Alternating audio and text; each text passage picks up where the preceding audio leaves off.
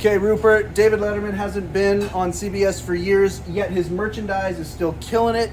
The only place that you can get official Letterman, Late Show with David Letterman merchandise is right here at the Hello Deli. How do people get this merchandise other than coming in here? Obviously, you want to come in here. If you're in New York, right, come to the Ed Sullivan Theater, come to the Hello Deli, get yourself a Paul Schaefer sandwich or something else, and then buy some merchandise.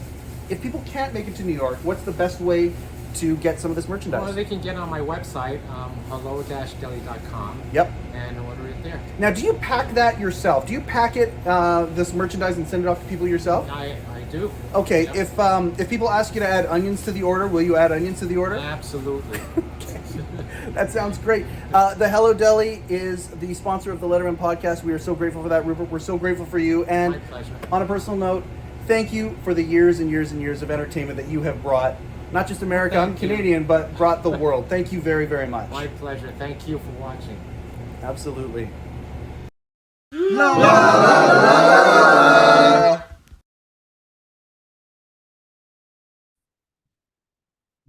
Welcome once again to the Letterman Podcast. As always, I am Mike Chisholm. As always, I am excited to be here. By the way, for those of you who are viewing us on the YouTubes or the Spotifys, you're just going to see that things are improving or in progress towards the goal of improvement. We are doing the studio here. We've done some upgrading.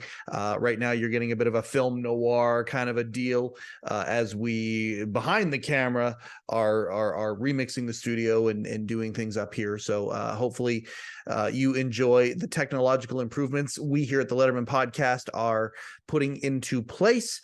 I am so excited about this is a separate intro for today's show. I talked to Joe Grossman, and Joe Grossman was my guy. He just was. I look at and this is not a slight to anybody who was a behind the scenes person that ended up in front of the camera throughout all of the saga of late night and the journey of late show. I really loved every single one of these staff members. And I think that's probably shown for the ones that we've talked to already. But Joe was just my guy. And the reason he was my guy was because I had so much love for this franchise of Dave and Company. By the time Joe showed up in 2004, I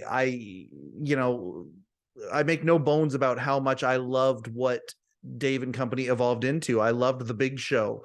Late Show was incredible. And the fact that in 2004, I started seeing this awkward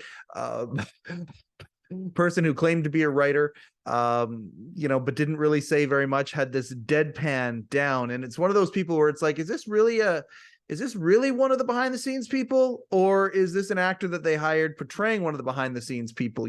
But Joe is very, very much, it's evident very quickly into our conversation how funny he is, ridiculously funny. He was a Gen Xer like me, and I won't talk about that too much in the intro because we get into it right away almost in part one here. But at the end of the day, when he showed up on the show, I was delighted because it was like someone that I just finished playing Dungeons and Dragons with the night before ended up working on the Late Show with David Letterman or Late Show with David Letterman the next day. It was literally like one of my buddies was working for my favorite broadcasting franchise ever. And it's funny. I haven't been, I'm not even gonna knock on wood when I say this, because I have no expectation of any of these people that I meet, but I had not been disappointed with anybody that I've met so far in this process. It's just been everybody has such a similar disposition in so many ways. And I got to tell you, I was a little nervous talking to Joe at first because he was my guy. He really was, that last night that we saw Dave a month before he retired, he was part of the monologue, and I was delighted by that. I was like, okay, you know what? You don't get a chance to go see the show live very often. I hope some of my favorite things happen. And Joe being there, kind of right in front of me, I was in the front row, right in front of me was really awesome. He had so many things that I appreciated very, very much. That's apparent in this conversation too, because I did talk to Don beforehand, Don Giller, talking about, Joe appeared on the show 112 times, which is a lot of times over the years. it was really cool to be able to kind of fanboy over him a little bit, especially because it just made him so uncomfortable. I would even wager that Joe Grossman is more uncomfortable being fanboyed over than David Letterman, which is quite the statement.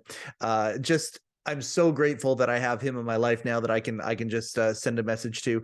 Part 1 here talks about where Joe came from, how he ended up being going to New York and ended up working for Dave and Company. And it ends, part 1 ends talking about the new job he just got 6 weeks ago, which is exciting. And part 2 next week we'll pick up right there where we left off and go from there. But I am extremely proud to present this episode of the Letterman Podcast, Joe Grossman, part 1.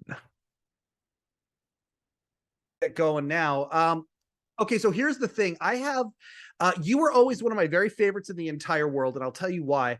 I'm a Gen Xer, and Okay. you know where I fell in love with Dave and Company was as a child watching adults act in ways that I as a child really enjoyed, and I just kind of followed it up, and as I matured somewhat, you know, I got excited about the whole my sweet spot. Like my graduation year was when all the kerfuffle was happening, going from NBC to CBS and all of that. It's And the same I as me, grew yeah. up, yeah, absolutely. I became an adult watching that, but then watching Late Show, I was an adult.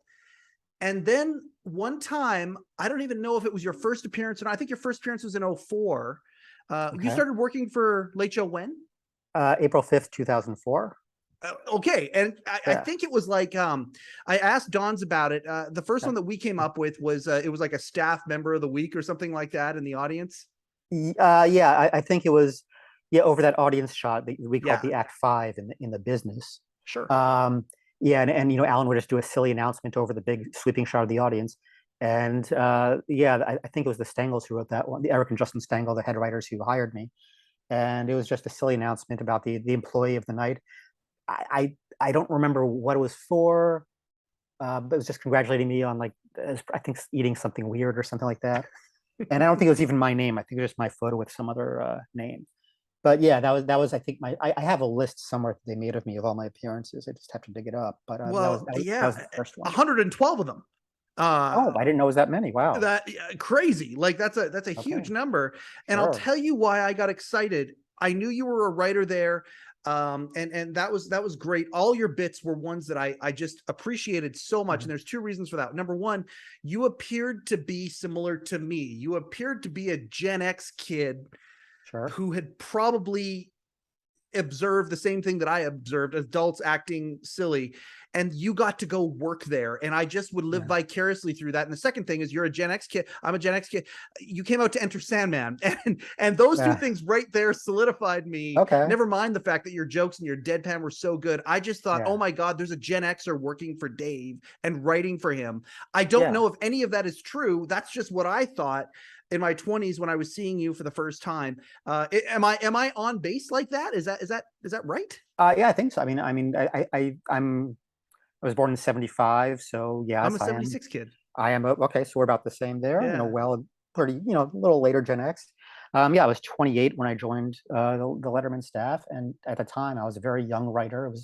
There were only 2 of us who were about the same age, me and Jeremy Weiner, and then everyone else was a little bit older. You know, 30s, some into their 40s, and you know, Mulligan, who's he's timeless, really. Legend. So yeah, I was certainly younger, and I was one of the writers who had grown up watching Dave, whereas before it seemed like more of the writers had been people who certainly not. Dave aged as the years went on, and the writers kind of stayed the same age because they were replaced. So it's like Dave started out with his peers, and they started out with people who were more like his younger brothers. Then eventually it turned out it became people who were like his young enough to be his kids. Yeah. So yeah. As for the Enter Sandman thing, I cannot take any credit at all for that. That was and forgive me if I get this wrong. I think that was Lee Ellenberg and Jeremy Weiner, but it's possible it's Tom Ruprecht who did that. I don't know which exactly. I think it was Lee and Jeremy.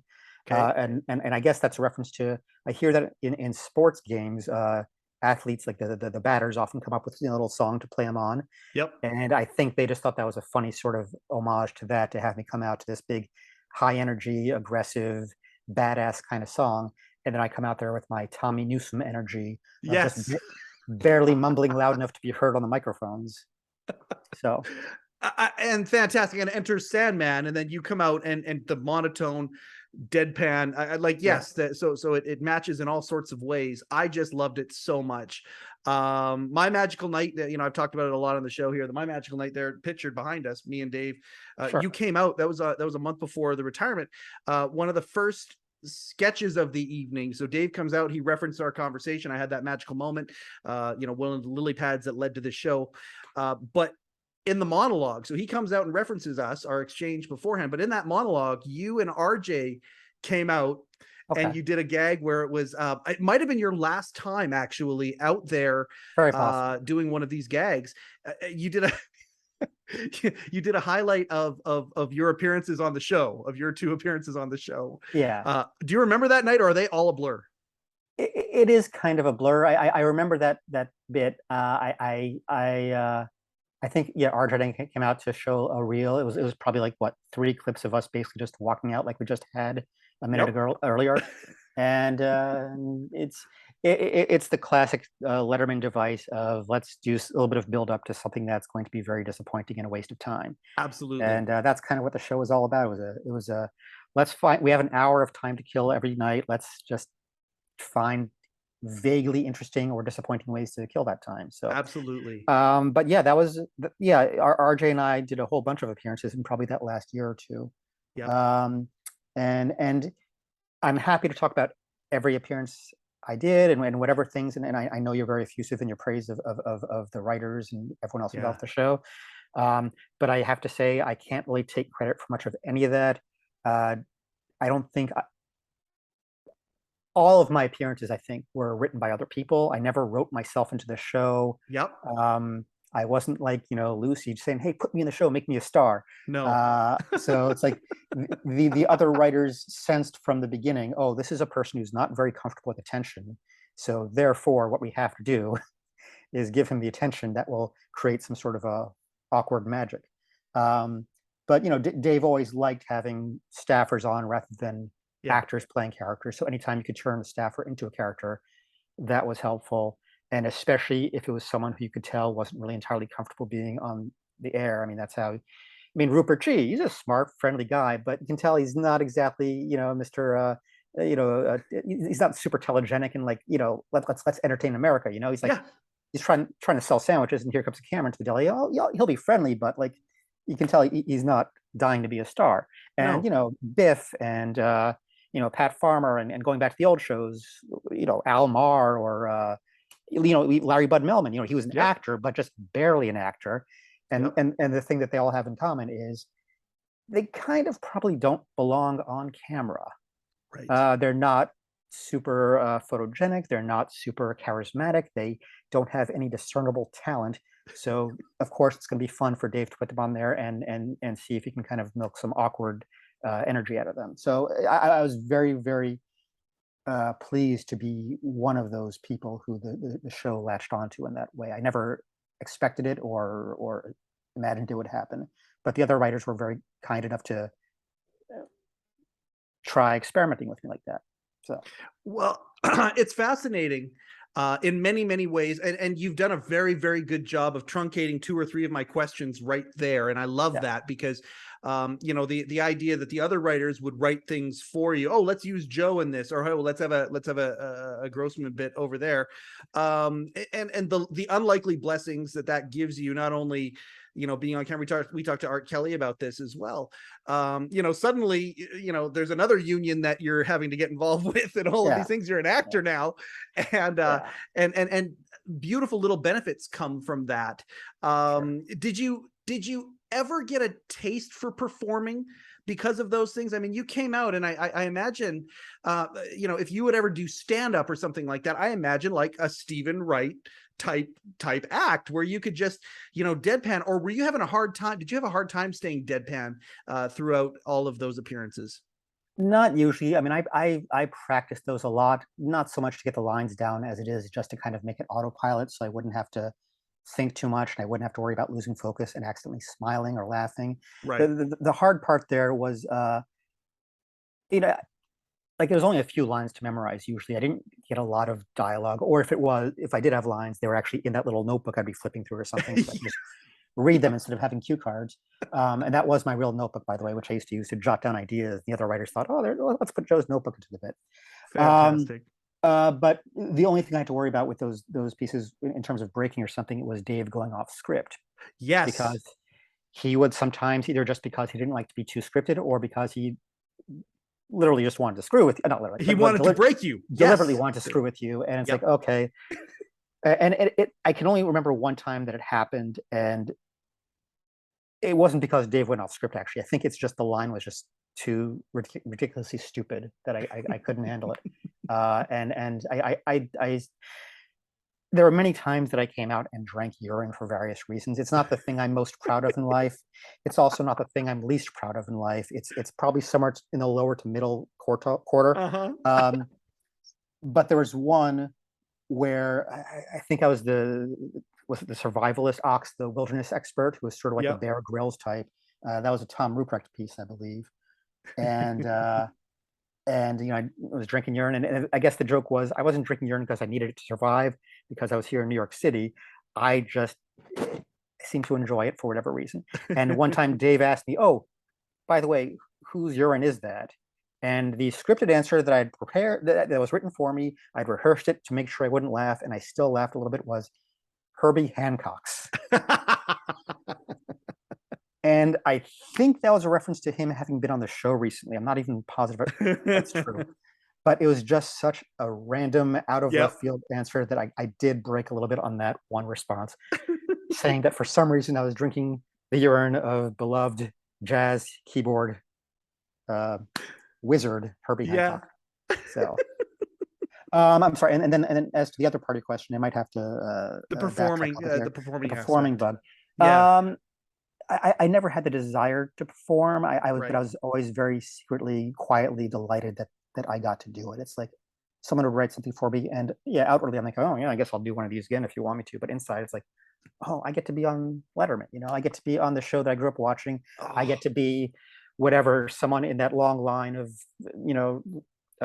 Larry Bud Millman and Biff and Roop, just another one of Dave's random stooges. I get to be one of those, part of his company of awkward misfits who can just barely choke out a line well enough to warrant being on television.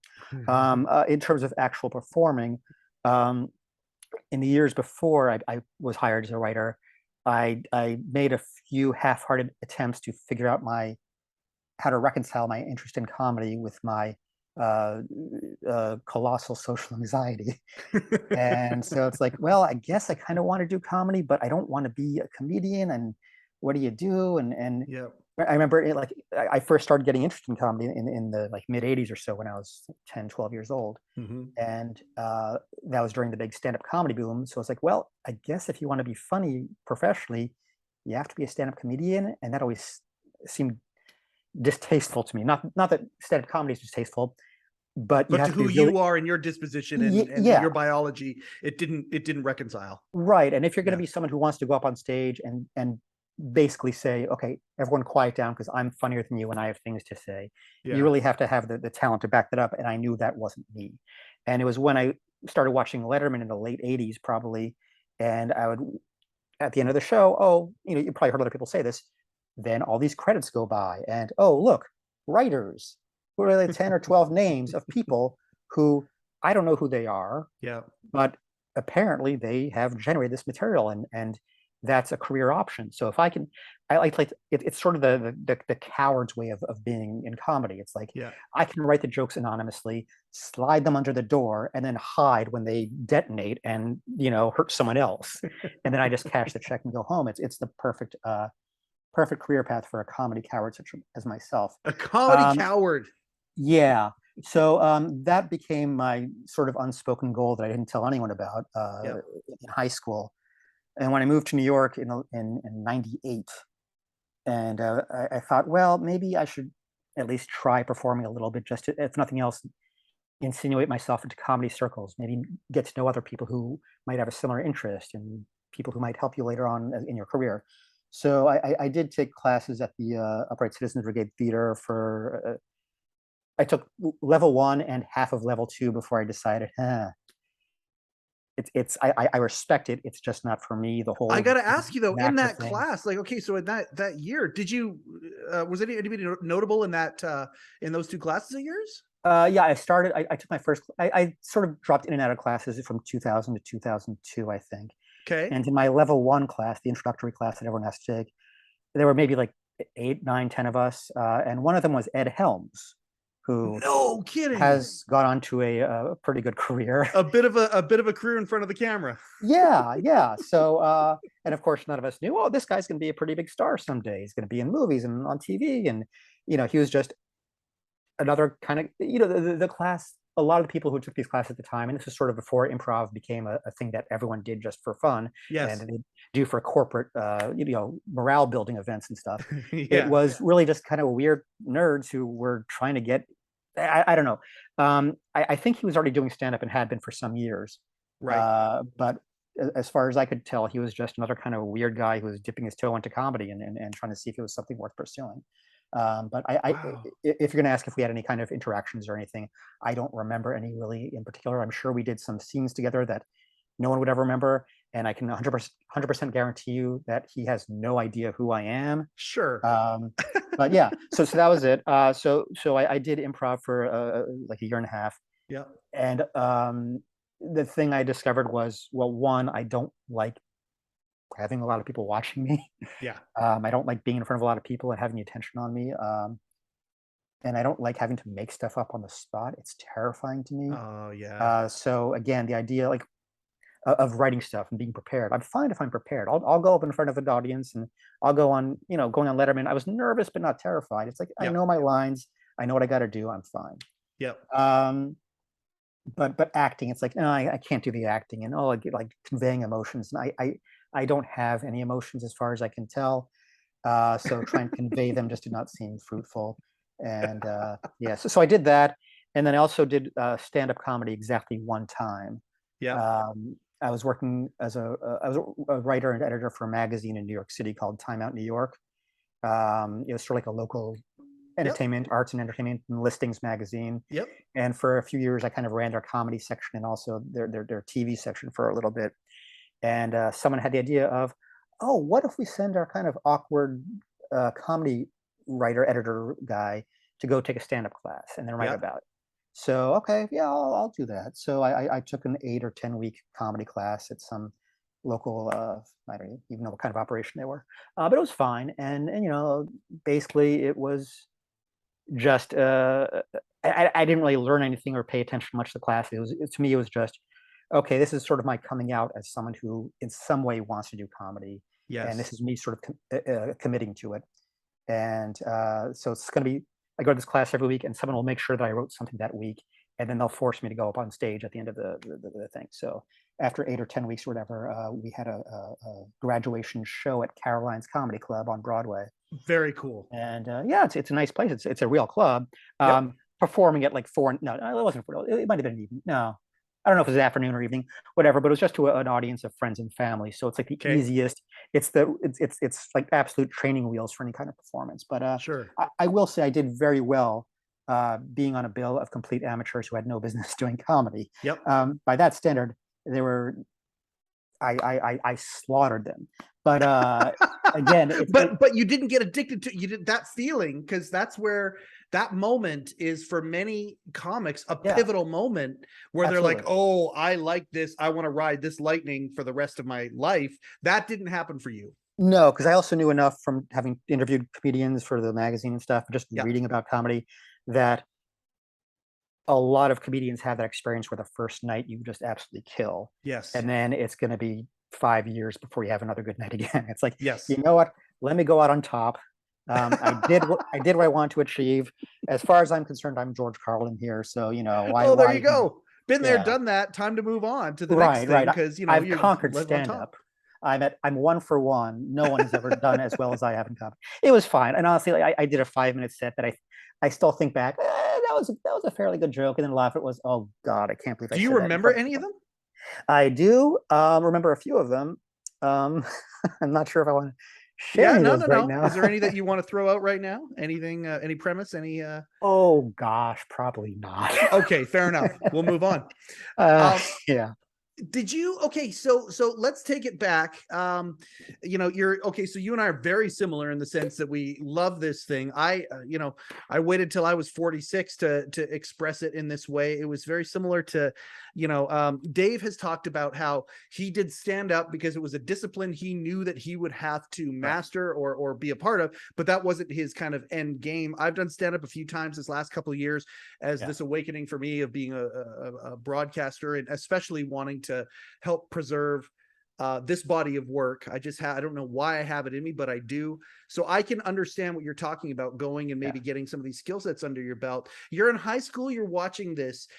Where did you end up in pursuant of the, like, were you in university and part of so many of your predecessors are, I went to Harvard, was part of the Lampoon, or things like that. Where did you end up, and how did was comedy a part of it right after high school, or did it take a while longer? No, I did not go to Harvard. I didn't even consider it as an option because I've always been a very proud B student. I'm smart enough to do pretty well without trying too hard, and not 1 ounce smarter than that. So I'm a slightly above average person, and I'm very happy with that place. Sure. So I went to a small liberal arts school in Portland, Oregon called Lewis and Clark College, which is known for. Guy. Okay, so I'm Western Canada. You're a Pacific Northwest guy. I'm Western Canada. For college, I grew up in Maryland, just outside of Washington, D.C. So it's sort of a suburban D.C. area. Gotcha. And then I went across the country for college. And I lived in Portland for almost 5 years. There wasn't really a huge comedy community, certainly at that time. I know today probably every campus has its own improv group and all that. At that time, I worked for the radio station and the school newspaper, basically any kind of media I could get involved with, because I was sort of, trying to dabble in that, like another way of just sort of testing the waters of being creative in some semi-public format. So I had a little radio show at midnight on Saturdays when other people were having social lives. What was the focus of the show? It was just me and my partner person just sitting there for 2 hours being idiots. And again, podcast before a podcast, it sounds like. Thankfully, no tapes of this were ever made. So there's that in the newspaper, and I tried dabbling. Oh, let's do a little funny thing here, and some of it was kind of cute, but again, I was still sort of coming out in terms of being a comedy person. There was a deep sense of shame in wanting to do comedy, and it's not entirely founded, but something I've heard other people say, and it always just. For one thing, just being a very quiet, boring person, it's sort of embarrassing. Like, oh, you think you think you're funny? You want to make a living out of it? You can barely even, get a sentence out in front of people. Well, yeah, but I can write pretty well. Yeah, I can't talk funny, but I can write okay. So there was some embarrassment in that, and also was it imposter syndrome? Because that's something that I've had to deal with for sure in doing this. Who do you think you are in being the guy to host a Letterman podcast? Like why you? And I've really had to deal with that. Was that part of it as well? Is that shame that you're talking about? Absolutely. But also a lot of it is imposter syndrome. And of course it's not imposter syndrome if you really are a fraud. But that's kind of how I felt at that time. And but also I am just knowing myself, I could be very judgmental of watching other people and thinking, oh, that guy thinks he's funny. And it's not my favorite quality in myself, but I know it's in there. So I just automatically kind of projected that onto others. And well, if I'm this much of a prick judging other people, then they're probably huge pricks judging me too. It's like, Hold on though. Is that not an attribute of many comedy writers? Probably, yeah. When you're in the room and you're mining and you're throwing out ideas, is this anything? Like, you don't get, like Tommy talked about that on the show, and a few of the other writers too. Like, you don't get attached to anything because you throw it out there, and some people might say, oh, that's terrible or whatever. You kind of all do that, don't you? You have to learn to do that. And that's always been very, like, I am one of the worst writers you'll ever see in the room in terms of pitching ideas to a group of people. Interesting. Like, if you've got 10 writers, I literally barely spoke my first probably 2 years I was at Letterman. Like, most of our work at that time, like 90% of our work was done in writing. Sit there at your computer, you type your jokes down, you hand them in, and then you go type some more. Yeah. There were occasional meetings in the writer's room where we would have to pitch things verbally, but very rarely, which it's a double-edged sword. Like one, okay, it helped me in that I didn't have to do that, but also hurt me in that I didn't learn how to do that and develop a thicker skin. And I got better after a couple of years, and I built up a little bit of confidence. And like, okay, I think I have permission to be here now. I'm not a total fraud. And you also see that everyone else here, they're also just kind of struggling through the day every day. I mean, even the best writers. I mean, Steve Young is we all love Steve and look up to him, but you also know that some days he comes in and he's like, well, I don't know if I have anything, but I had this thought on the walk to work this morning, and maybe we can make something out of this. And it's like, you see that the people you admire also have vulnerabilities there. And They're all human. it was a very supportive room, which not every place I've heard about is. I mean, not to name names, but you always hear about Saturday Night Live, for example, as being a Shark very Tank.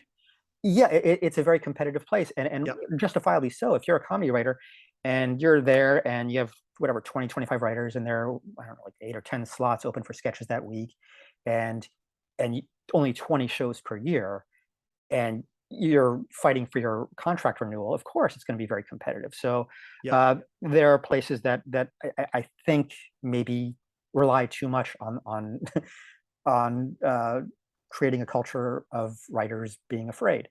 And for all of Dave's reputation as sort of a difficult or judgmental or whatever person, the writer's room, in my experience, and other people might have different experiences, but in my experience, it was a very supportive place where, I mean, the good thing is you're doing 5 shows a week, you're doing 200 shows a year. Yep.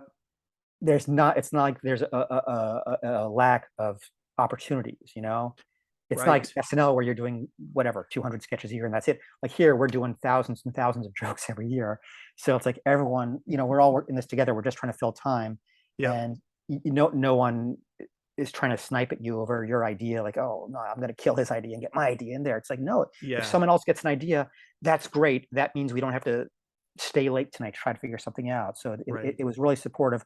The better you do, the better I do, the better we all do. We're all really in this together. I could name 1 or 2 exceptions, but almost everyone there was like that. And it made it a very good place to learn how to be a writer and learn how to, try to put your ideas out there in front of other people. I want to come back to this. Oh, go ahead. Please. No, but also, and I think I heard this in one of the other, I've listened to your interviews with other writers. And again, thank you for talking. I'm sorry about that, but anyway. No. Self-deprecation is hard to turn off, isn't it? But so many writers saying they came in, well, I only have half an idea today, but maybe if I bring it up in the meeting, someone else can, alley-oop it or whatever, and come in with the thing that'll make it work. Well, I have an area that I think is very good, but I don't know how you make this into an actual comedy piece. And someone else will say, well, what if we present it in this way? And it's like, oh, we can do this together. And it really takes away some of that terror of coming in at 9 a.m. every day with a blank page. So we're going to get back to how you got from Portland to Letterman in a minute here, because I think that's fascinating. But at the end of the day, what you just said, I think is also equally fascinating. I've talked to so many writers who ended up with partners, whether they came in as a writing team like Steve and Carl at the very, very, very beginning, all the way to other people that just worked well together. Did you ever find that you gravitated towards somebody more than others? And did you ever do any team writing, or was it mostly you and then you submitted all and you talk about this and then they help you punch it up, and there's where the camaraderie or the collaboration was? The first few years that I was at the show, we did things in a very solitary way. We come in the morning, you go to your office, you sit down and you start cranking out ideas. You were all kind of flying solo back then. That was very stressful, but again, it is, it's throwing you into the deep end of the pool, and you learn to swim. After probably about 3 or 4 years that I'd been there, I think it was shortly after the writer's strike when we kind of decided to try to do things a little bit differently. I think the strike sort of gave us a little bit of a bonding moment, and in a way helped morale because it sort of united us all against a common enemy. So after that, I think is when we started coming in every morning and maybe working together a little bit. And you could work on your own, you could work with other people.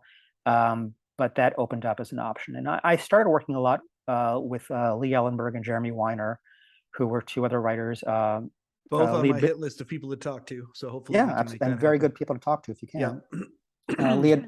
Lee had been there. He'd been a writer for maybe 3 or 4 years when I got there, but he'd also been at the show in other capacities for many years. Yeah. And Jeremy was hired as a writer just like a few weeks before I was. But okay. There was a bit of a turnover when you came in, right? There was. Yeah. But he'd also been there in other capacities as an assistant and such. So he sort of spoke the language better than I did, but he was still a new writer. He understood the culture of the family. So again, after I'd been there for about 4 years, I started kind of 4 or 5 years, maybe even later than that, actually. But I would kind of barge in on their little morning huddles, just the two of them, to say, hey, can I kind of talk to you guys about some fractions of ideas and see if maybe you can help me with this? And they were happy, or they pretended to be happy to have me in there. And also, was that hard? The colossal social anxiety that you had the first few times you actually did that, was that difficult for you? Yeah, a little bit. But again, by that point, I think we developed enough rapport that I trusted them and they trusted me. And it's like they wouldn't put me on TV if they didn't think I was a decent and funny person to have around. Right. They wouldn't do that to someone they hate. So they must like me a little bit. Okay. And so, yeah, it seemed pretty safe and secure. And they were always very, very generous with their time and their ideas. And again, I have to put modesty aside for a minute and say, sometimes I did have a good idea that I could help them with. So, or, they had a fraction of idea and it's like, I could figure out how to do it too. Yeah. So, yeah. So later on we started doing things more together, but there's still a lot of solitary work right up to the end. I mean, even on the best day, you probably spend 80% of your day just alone in your office cranking out top tens or know your current events or Chiron quizzes or new books or all these refillable pieces that I'd forgotten about. I bet you writing that way and knowing that you're effective that way, it's cool that you're able to even recognize that and say that about yourself. That's awesome. Knowing that when you had the page in front of you and you had time to revise things and not necessarily go off the cuff and get good at finding the perfect word, that kind of a thing, which every production that Dave's ever done, the right word at the right place seems to be a commonality. I bet you got a lot of top 10 jokes in. I did okay in the top 10. That was the least challenging part of the show for me. Because it was pretty straightforward. It really is a very elegant device comedically. It's a great joke delivery system. It's one setup with 10 punchlines. It's so simple and effective. And you take a lot of swings on that. You have probably at any given moment, you might have 7 or 8 writers working on that, and each one writes 30, 40, 50 jokes. And so you have 300 to 400 jokes, maybe. I'm just guessing because I never assembled the list. But that's probably rough ballpark numbers, 300 to 400 jokes to get 10 jokes. Yeah. And so, it's one of the things where it's low investment, as long as you just have to crank out a lot. So I was pretty good at that. And day one, I was okay at getting jokes on the top 10 list, even when it took me, a year or two, or sometimes even longer to figure out other parts of the show. Yeah. Those kinds of things I was good at. That fun facts was fairly easy for me. Not easy. I mean, nothing's easy, but low stress. Anything where it's just, let's write a short joke about a specific thing. The things that I found challenging were, let's come up with something to fill 3 minutes of time in the middle of the show. Sure. Oh, okay. There's no specific assignment there. It's just think of something funny. Like I can't do that. I wish I could. There are writers who are very good at that. I can sometimes, but it's not something I can just turn on. Or let's come up with a new act 4 for Allan. Like, ooh. And of course, Allan was great. Allan was probably the strongest pure performer on the show. In that, unlike all of us stooges, he could really sell something. Whereas we're all just doing our deadpan thing, and he is fearless. Yes. So and versatile, and oh my God, what a performer Allan Calter was. What a hand you guys had there, that you could just play anything almost, and he could do it. Yeah, and he was so great for that. And I loved Bill Wendell, but he was a very different kind of character, who he was kind of low key and creepy in his own way, in terms of his character, not his real life, but his character. Yeah, no. Of course. You watch the old show and you'll see, they would do this running gag of after the show, Bill Wendell, holds up Dave and Paul and steals their money, and then It was a funny thing. But with Allan, it's like he could do anything. He could do the big stuff. He could songs and he could do the creepy, sexy stuff. He could. Yeah. I don't know if you remember this, but there was a while, probably in the early 2000s, where they would have him act out old scenes from Fred McMurray movies, because I think Dave decided that Allan, at least in black and white, bore some sort of resemblance to Fred McMurray. So you'd see him doing these old film noir things. It's like, he's really good at this. He's really good. Oh, that voice was just absolutely. I love Allan. Allan Calter is one of the reasons why this show started, is because I've been waiting for this show, for the Letterman podcast that interviews all you guys, forever. I'm a podcast guy. I've been waiting for it. And it's funny, I befriended some of you guys and gals behind the scenes a little bit, and it was great. But when Allan died, I looked at I looked at Shecky and I said, what the hell, man? Like, he would have been on this show that I'm doing here. He would have been on that show 5 times a year. He would have just loved it. Kind man, all of that. It's like, okay, if it doesn't happen, it's not going to happen. Let's make it happen. And that's why Allan Calter, he has such a place in my heart. And let's just do a real quick plug. Giller's got an Allan Calter tribute that is just beautiful. It is so good and well done, and it shows all of the different versions of what Allan did on your guys' show, and all just so many different things.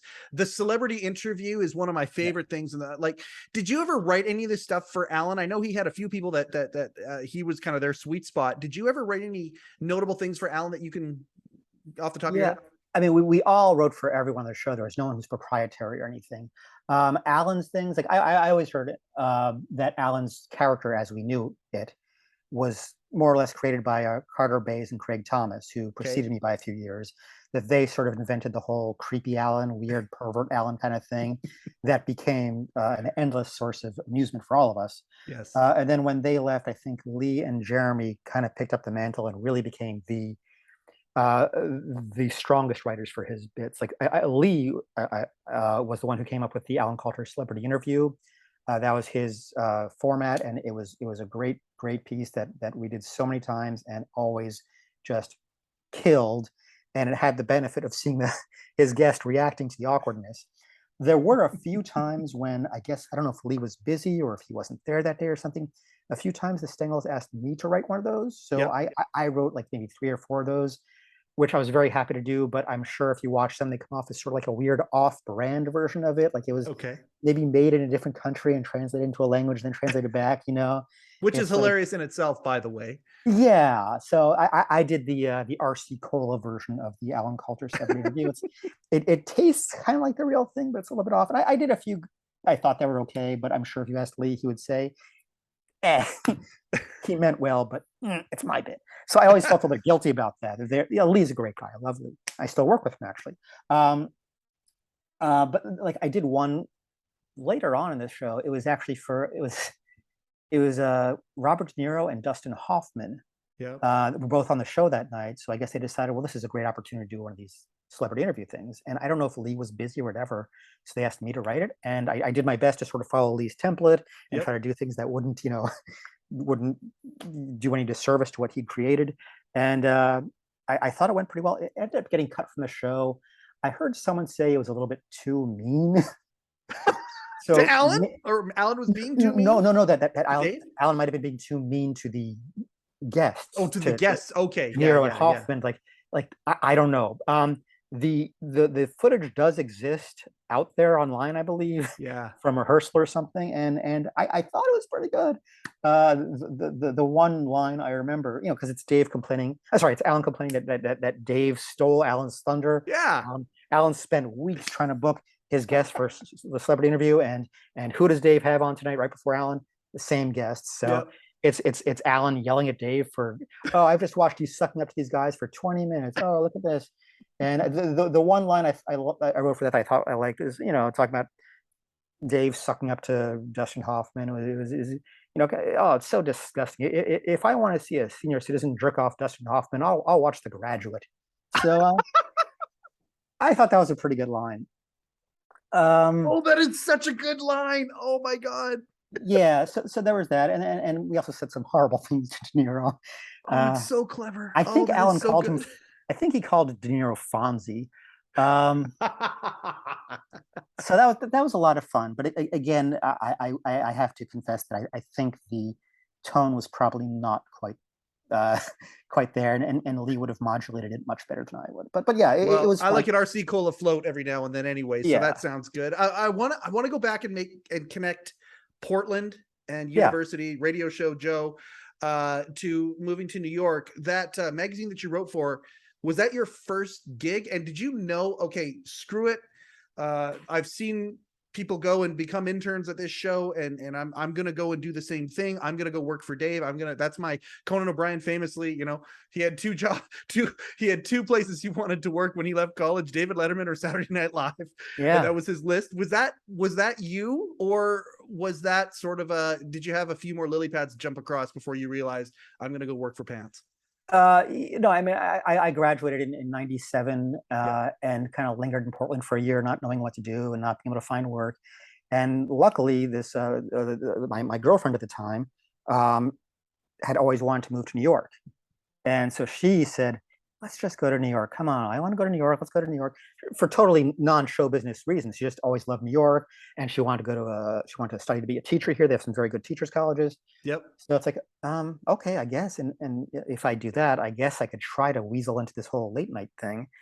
So we moved here in 98, and Oh my God. rough plan was, well, let me apply to the NBC and CBS page programs because I was just out of college. It was close enough. And maybe I can somehow get like an entry-level job eventually, like a receptionist or in the mailroom at either Letterman or Conan, because I loved Conan too. Like Conan, in my mind, had picked up so much of the energy that in some ways Dave had lost. I still loved Dave at CBS. It still felt like late night. It felt like a person took over the franchise, made it their own, but it was still late night at the time, right? Yeah. I feel the exact same way. Yep. He certainly took it in his own direction and rebuilt a lot of the David sort of torn down all the walls and made it all meta, and Conan had like built those walls back up and reinforced them to create a very, very deliberately artificial setting, and that worked great for him. And so I really respected that and admired how well he did the impossible of making his own version of the same late night comedy experimental laboratory, and I just loved that. And that's unfortunately something that doesn't really exist anymore. But yeah, so I thought, well, if I can somehow weasel my way into one of these jobs, that'd be great. So moved to New York, applied to both page programs, got rejected by both. Yeah, 98, 04 is when you started with Pants. So yeah. There's 6 years of growth somewhere in there. So I kind of, did some odd jobs, and eventually I reapplied to the NBC page program just because it's like, well, let's see what happens. And somehow I got in, even though they really only like very outgoing, extroverted people for some reason. Oh, that's actually what I've been told, that they really want people who can sell the company on these tours and stuff. Like I don't seem like the ideal tour guide, but I held my own. But yeah, so I got in there. It's like, oh, this is it. I'm here. Now what? Yeah. I'm in the building. I'm allowed to be here. I have a little ID badge. I can get into the studios. I'm in Conan's studio every day telling people about what happened in this place. And yet I'm not really here. So it's like I never really got the courage to go up to like the Conan offices and see if I can talk to someone. Like I once made a half-hearted attempt to talk to someone in the talent department. No, in the research department. Yeah. To just sort of maybe, is there anything you can tell me about your job and how you got there? And it did not go well. And I just felt like a nuisance anytime I tried to talk to anyone about these things. So I basically spent a year not doing anything to advance my non-existent career. And when that was done, after a year, they kick you out if you haven't found a real job. So I felt like a total failure. Did you love working at 30 Rock at that time? Like, was it mystique? And then much of that mystique was, okay, you kind of level up a little bit because it's not mystique anymore, or were you, is that not you? No, it was a huge thrill to just be in the building the first time, and then to be there as, I mean, not really an employee. I was an outsourced staffer to a temping agency, but still, I'm in there. I get the discount at the commissary, so it's something. But just the fact that you can make a commissary joke. I mean, how many times throughout the shows that we loved growing up, but you hear people talking about the commissary and things like that. Like, I have to say, they have replaced the commissary and moved it to a different part of the building. It's a brand new, not brand new, but it's new from when I was there. And maybe it's like 5 years old or something. It is amazing. I go there every day now, and it's just, it's really good stuff. Okay, well, we're burying yeah. the lead a little bit. You go there every day. Joe Grossman, what the hell are you Oh. talking about? You go there every day. I'm sorry. Yeah, I've been working for about a month now as a writer for this Tonight Show, which is at Rockefeller Center. So they're in Studio 6B, right across the hall from Studio 6A, where Dave and Conan were all those years. So it's very exciting to be, get off the elevator and you walk past and you see Studio 6A right there. Looks nothing like it did before. No. I believe the most recent long-term tenant of that studio was Megyn Kelly's Hour of the Today Show. So it's like it. And before that, it was Dr. Oz. Yeah. So it's like, okay, the magic is clearly gone, but Yep. you still know that there are some really special ghosts wandering. All right, we're going to stop it right there. Joe's working for the Tonight Show. How great is that? I mean, oh man, going from, Late Show with David Letterman, and then to Samantha Bee, which we also talk a little bit about in part 2.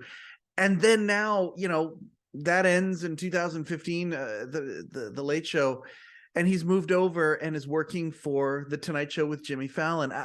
I was delighted when I found that out. I didn't find out on air. My reaction there was when I was cheering for him. I was excited about that. Was even more exuberant when he actually told me where his new job was. Just what a thrill, the fact that he gets to go back.